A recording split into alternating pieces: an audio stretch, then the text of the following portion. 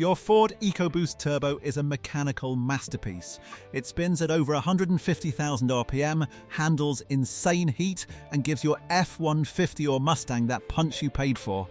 But right now, there's a very good chance you're slowly killing it. And you don't even know it. 9 habits. 9 silent killers. 1 blown turbo bill that can hit $8,000. Let's fix that right now. Habit number 1. Most Ford owners think turning the key off is the last step. It's not. Picture this. You just merged onto the highway, punched it to pass a semi, and you're feeling good. You pull into your driveway, kill the engine, and head inside. Sounds totally normal, right? Here's what's actually happening inside that turbo while you walk away.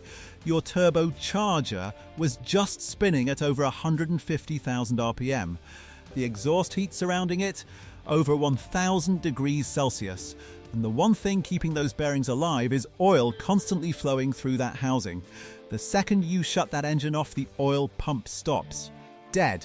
But the turbo, it keeps spinning in residual heat with no lubrication. That leftover oil bakes onto the bearings and shafts. Mechanics call it oil coking, and it is exactly as bad as it sounds. Over time, that baked-on sludge blocks the tiny oil passages that keep your turbo alive, and it starts starving itself to death from the inside. The fix is almost embarrassingly simple. After any hard driving, highway merging, towing, or spirited acceleration, just let the engine idle for 30 to 60 seconds before you shut it off. That's it. You're giving the oil pump enough time to cool the turbo down safely. 30 seconds. That's all it costs to avoid a $5,000 repair. Habit number 2. Cold mornings are when EcoBoost turbos take the most invisible damage. Now here's a habit that's probably costing you more than you realize, especially if you're always running late in the morning.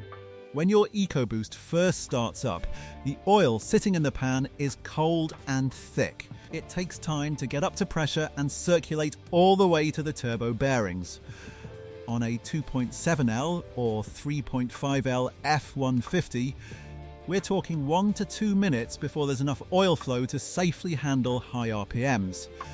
Mechanic reports link this one habit to 78% of early turbo failures. And it's not dramatic either. You're not going to hear a pop or a grinding noise. It just wears the bearings down a little more every single morning until one day the turbo's just done. Give it 60 to 90 seconds at idle before you push it. On cold days, go a full 2 minutes. Your turbo will literally last years longer just from this one change. Habit number 3. This one seems obvious, but most people don't realize how demanding a turbo engine actually is on oil quality. A lot of guys stretch their oil changes. Maybe you go 8,000 miles instead of 5,000. Maybe you forget for a few months. In a regular, naturally aspirated engine, that might not destroy anything immediately. In a turbocharged EcoBoost, it can be catastrophic. Here's why. Those turbo bearings spin at over 150,000 RPM. The only thing standing between smooth operation and metal-on-metal contact is a thin film of oil. Old, degraded oil breaks down. It loses viscosity, it stops forming that protective film. And at those RPM levels, that means rapid, accelerating wear.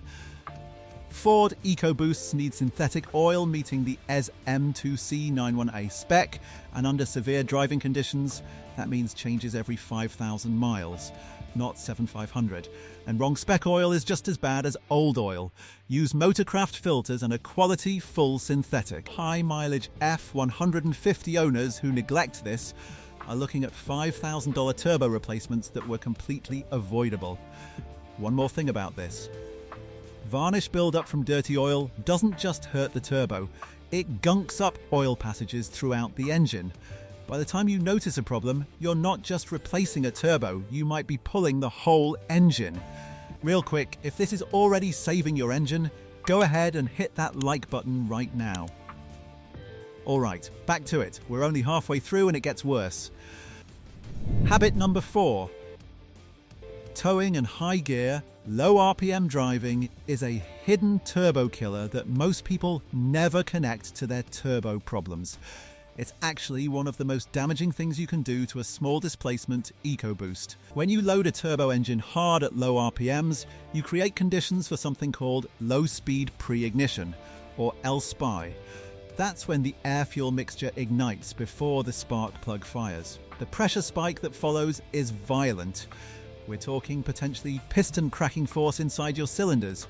And while that's going on, your turbo is working at its absolute limit, trying to compensate for low engine speed with high boost pressure. The bearings are under maximum stress, the seals are under maximum pressure, everything is being pushed to its limit at once. The fix is easy. Downshift. Keep your RPMs above 2000 when you're under heavy load. Let the engine breathe. This is especially critical on the 2.3L Mustang and the 1.5L Escape, which are the most vulnerable to SPI damage. Habit number 5. What you put in the tank directly affects how hard the turbo has to work. Ford EcoBoost engines are tuned for 87 octane minimum. Performance models like the Raptor are optimized for 91 or higher. When you run low-quality fuel or skip premium on a performance model, the NOx sensors detect detonation and pull timing.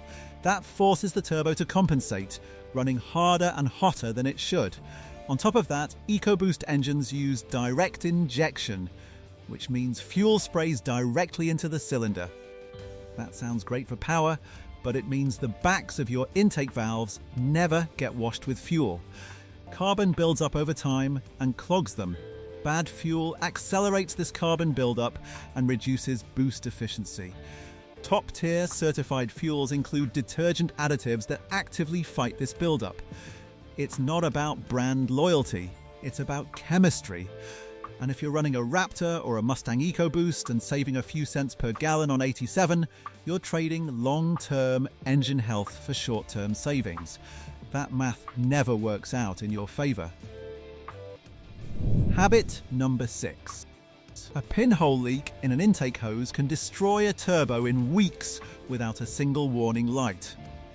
Your turbo forces compressed, pressurized air into the engine.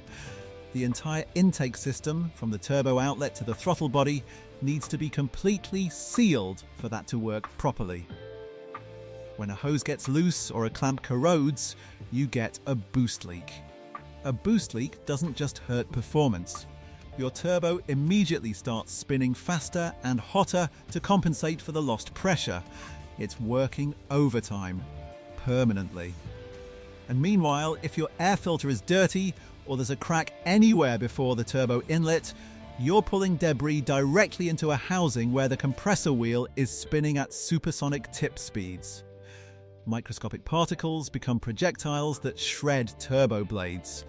Inspect your intercooler hoses and PCV system once a year, especially on F-150s and Broncos. Look for oil residue around couplings. That's your sign something is leaking. A boost leak can cost you $20 to fix with a new clamp, or it can cost you $6,000 if you ignore it long enough. Habit number 7. City commuters with EcoBoost edges and escapes might be the most at risk group for this one. This one hits different if you drive short distances every day, under 20 minutes per trip. Here's the problem. When your engine never fully warms up, the oil never reaches operating temperature. Moisture from combustion stays in the oil. Fuel dilution builds up over time. And inside that turbo housing, sludge starts to form. EcoBoost engines in daily city commuter rolls are genuinely at a higher risk of early turbo failure than the same engine in someone who drives highway miles. The turbo never gets a proper heat cycle to burn off contaminants. The fix is once a week, take the car on a highway run. 20 minutes minimum at sustained speed. Let the engine fully heat soak, let the oil cook off those contaminants, and let the turbo run through a proper cycle. This single habit can literally double turbo lifespan in stop and go driving conditions. Habit number 8. Tuning your EcoBoost can absolutely unlock real power gains.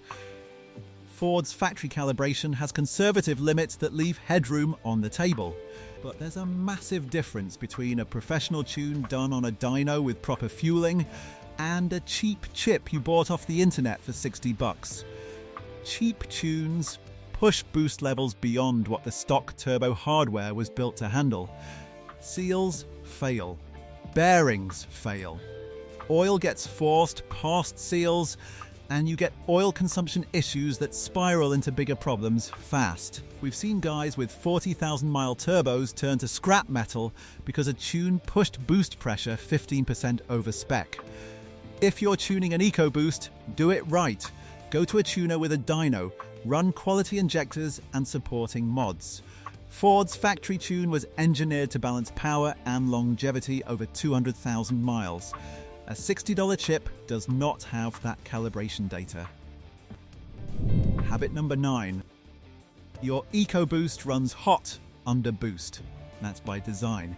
But it depends on a healthy coolant system to keep temps in check. Low coolant or degraded coolant means the engine runs hotter than the sensors want. And when that heat soaks into the turbo housing, the oil seals start to cook. Once those oil seals fail, you get oil burning in the exhaust, blue smoke on startup, and a turbo that's on borrowed time. And here's where hot shutdowns come back into the picture. If you've been towing all day in a Super Duty and the coolant level is a little low, then you shut the engine off immediately, that residual heat has nowhere to go. It soaks directly into the turbo housing. Check your G05 spec coolant level monthly. It takes 30 seconds. Ford recommends a full coolant flush every 5 years, but if you're towing regularly or running a high-output trim, consider doing it earlier. A blown turbo oil seal repair starts around $3,000. A coolant top-off costs you nothing. So, which one of these 9 habits have you been guilty of? Be honest and comment. Most of us have done at least one without realizing what it was actually doing to our engine. If this video helped you out, drop a like and hit subscribe so you don't miss the next one.